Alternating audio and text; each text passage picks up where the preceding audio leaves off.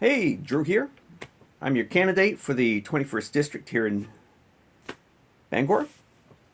So, this is a response to Joe Sokol and his misconstrued, rather delusional notions of what journalism is if you work for the main wire. So, let's play the film right here. This is my uh, little speech at the main or the Bangor City Council. All right, so roll the clip.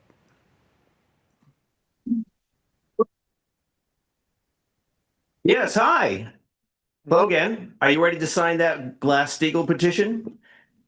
After council, I'll sign it. Okay, very good. I'll get in touch with you.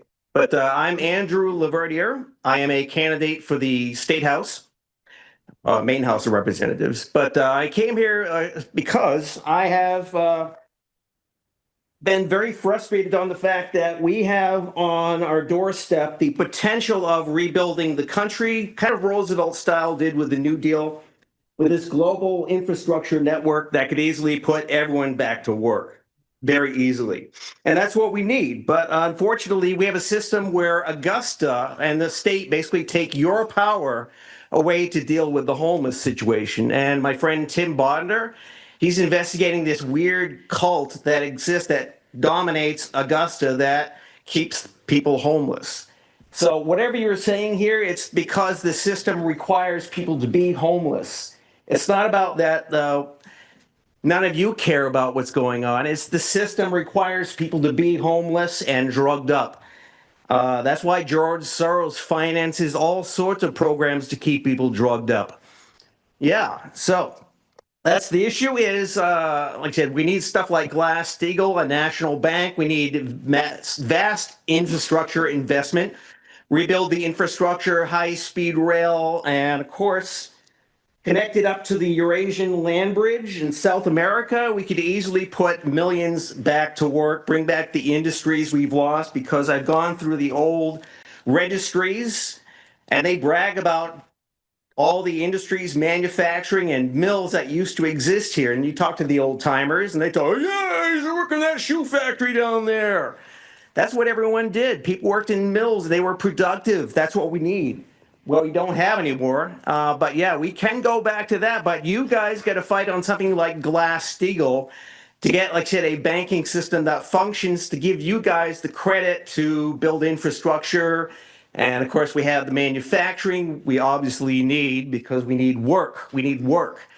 That's the basic thing because according to the American Society of Engineers, we have trillions of infrastructure needs, trillions, right? You spend the credit on something like that, you're going to take care of all these problems. It's not the homeless, right? It's not the houseless. It's that's it. Bankers run the system and they've taken your power away, and Augusta has taken your power away. You should be kind of pissed off about that. So nobody complained to these people. They have no power, none. Augusta has taken their power away. Of course, Soros. He's international. Sir, would you continue to address the council, please? Okay, but yeah, I'm just giving you, like I said, I'm frustrated for you guys because you have no power to basically solve any of their problems. Thank you. Not sure how I got behind that, but here I am. My name's Colleen O'Neill. I'm a Okay. So for some reason, you seem to have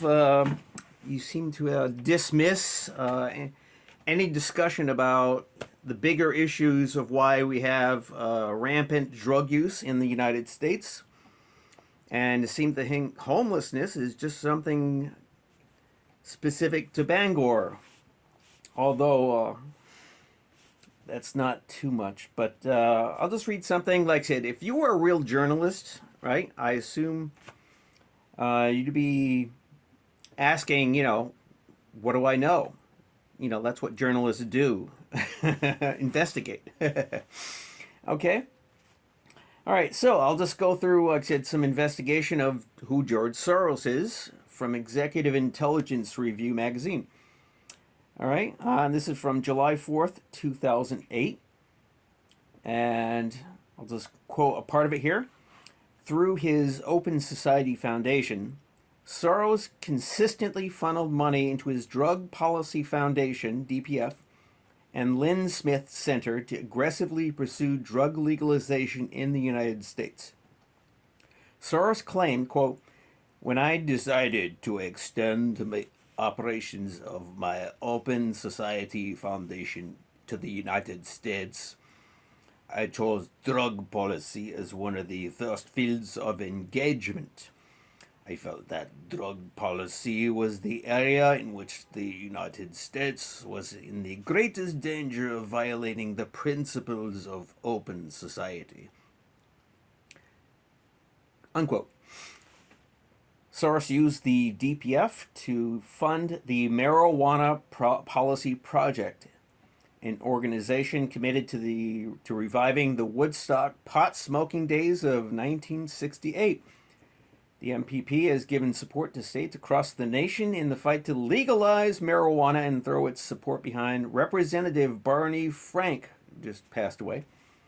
Lost no time in bending over backwards and lighting up for the drug lobby by introducing H.R. 2618, a bill for the medical use of marijuana. 1996, Soros reached deeper into the Queen's underpants and funded ballot initiatives to legalize medical marijuana in California and Arizona through Propositions 215 and 200, respectively. These propositions made it legal even for children to whip out the bong and receive doses of Class 1 drugs. In 2000, Soros took the legalization efforts even further and funded a bill to set up the legal retail distribution of marijuana in Nevada, thereby taking the first step towards more serious drug legalization. Yep. And in addition to that, of course, this group, Human Rights Watch, has been part of the protection of drug cartels in South America and Central America. And he has something called harm reduction, which he finances, and that's been a big thing about. Okay. All right. So that's about it. If you want to be a journalist, do investigation. Don't just dismiss me because I'm bringing up stuff that goes beyond the city of Bangor. As if, homelessness is exclusively a problem in Bangor. All right? So, quit being a dope and talk to me. All right? Or just, quit working for the main wire. It's not a serious journalistic, organization. Right? Yeah, especially since they promote that neocon lie about the Communist Party and drugs. Yep. Because I gave them the evidence. It's the British. Soros. It's not the Chinese. All right? Okay. Thanks a lot.